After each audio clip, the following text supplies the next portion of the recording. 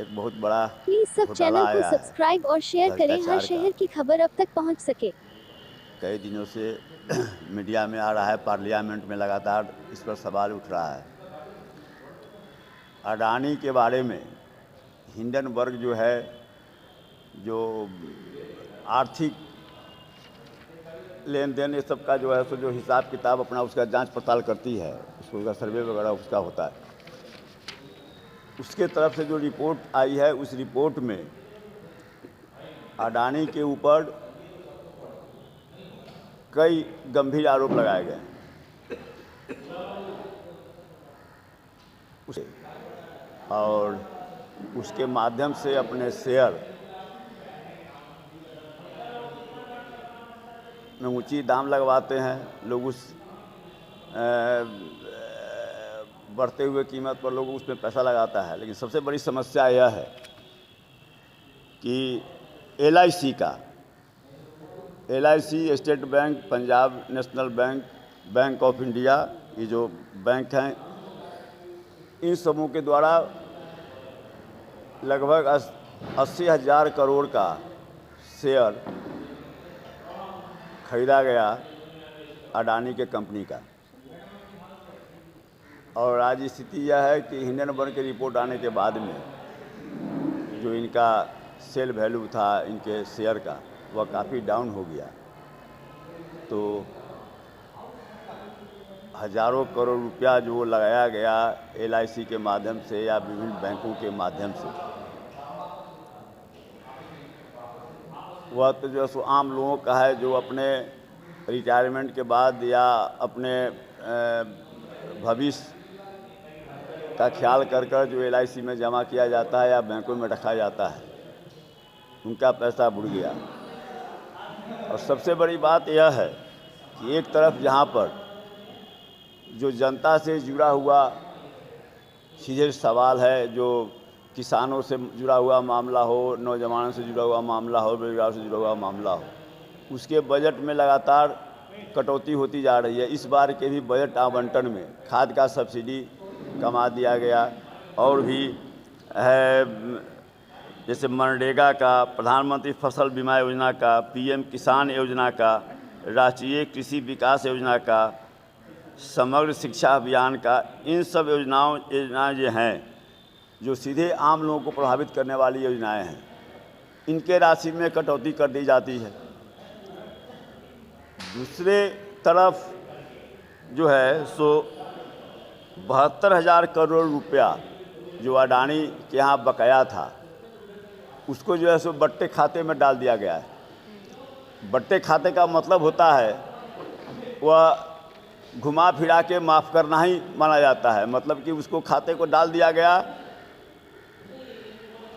वह माफ़ नहीं हुआ, लेकिन व्यवहार में वह माफ़ी का ही दूसरा रूप है जो बट्टे खाते में डाल जाता है, जिसको अंडरराइट कहते हैं। अब सवाल यह है कि दूसरे लोगों के यहाँ ED है, IT है, CBI है, ये सब छापामारी होती है, लेकिन अडानी इतने बड़े भ्रष्टाचार में उनका मामला आया है, लेकिन कहीं भी न कोई ID की गतिविधि है, ED की गतिविधि है, न IT कहीं से कुछ कर रही है, न CBI कुछ कर रही है। और लगातार पार्लियामेंट में मांग किया जा रहा है कि संयुक्त संसदीय समिति द्वारा, JPC द्वारा इसकी जांच कराई जाए, लेकिन सरकार जो है सो जांच से इनकार कर रही है। तरह तरह के बहाने सरकार की ओर से किया जा रहा है।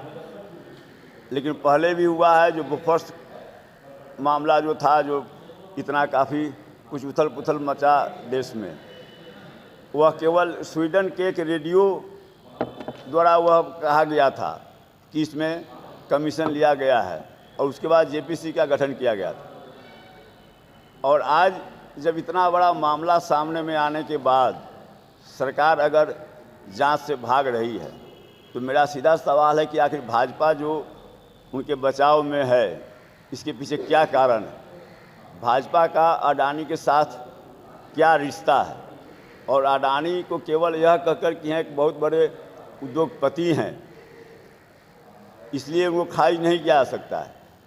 चूँकि देश का पेट्रोलियम हो गया, कोयला खदान हो गया, बल्कि यहाँ तक कि इजराइल के साथ जो रक्षा उपकरण का जो बनाने का जो समझौता हुआ है, इन सारे चीज़ जो है सो अडानी के हवाले कर दिया गया है। इसलिए अडानी के कंपनी में कहीं कुछ होता है तो स्वाभाविक रूप से देश को जानने का हक है कि यह जो गड़बड़ घोटाला जो हो रहा है उसमें उसकी वास्तविक स्थिति क्या है। और जिस ढंग से भाजपा बचाव में है, केंद्र सरकार बचाव में है, लेकिन आज विश्व के सामने कहीं न कहीं देश की प्रतिष्ठा धूमिल हुई है। एक चीज़ और है, आप सबको जानकारी है कि किस ढंग से इस देश में ईस्ट इंडिया कंपनी आई थी और बिजनेस के नाम पर धीरे धीरे करते करते पूरे देश के आर्थिक व्यवस्था उसके नियंत्रण में आ गया था और बाद में ईस्ट इंडिया कंपनी का शासन इस देश पर आ गया। आज कहीं न कहीं उसी दिशा में देश बढ़ रहा है और इतने बड़े घोटाला, इतने बड़ा जो स्कैंडल हुआ, इस पर पर्दा डालने के लिए तरह तरह से कहीं जातीय उन्माद, कहीं धार्मिक उन्माद, इस ढंग की बातें हो रही है कि जनता का ध्यान उस पर नहीं आए। तो इस प्रेस कॉन्फ्रेंस के माध्यम से हम लोग का सीधा मांग है कि जो बातें सामने आई है उसकी जांच होनी चाहिए। देश की जनता को यह जानने का अधिकार है, क्योंकि उसका पैसा लगा हुआ है।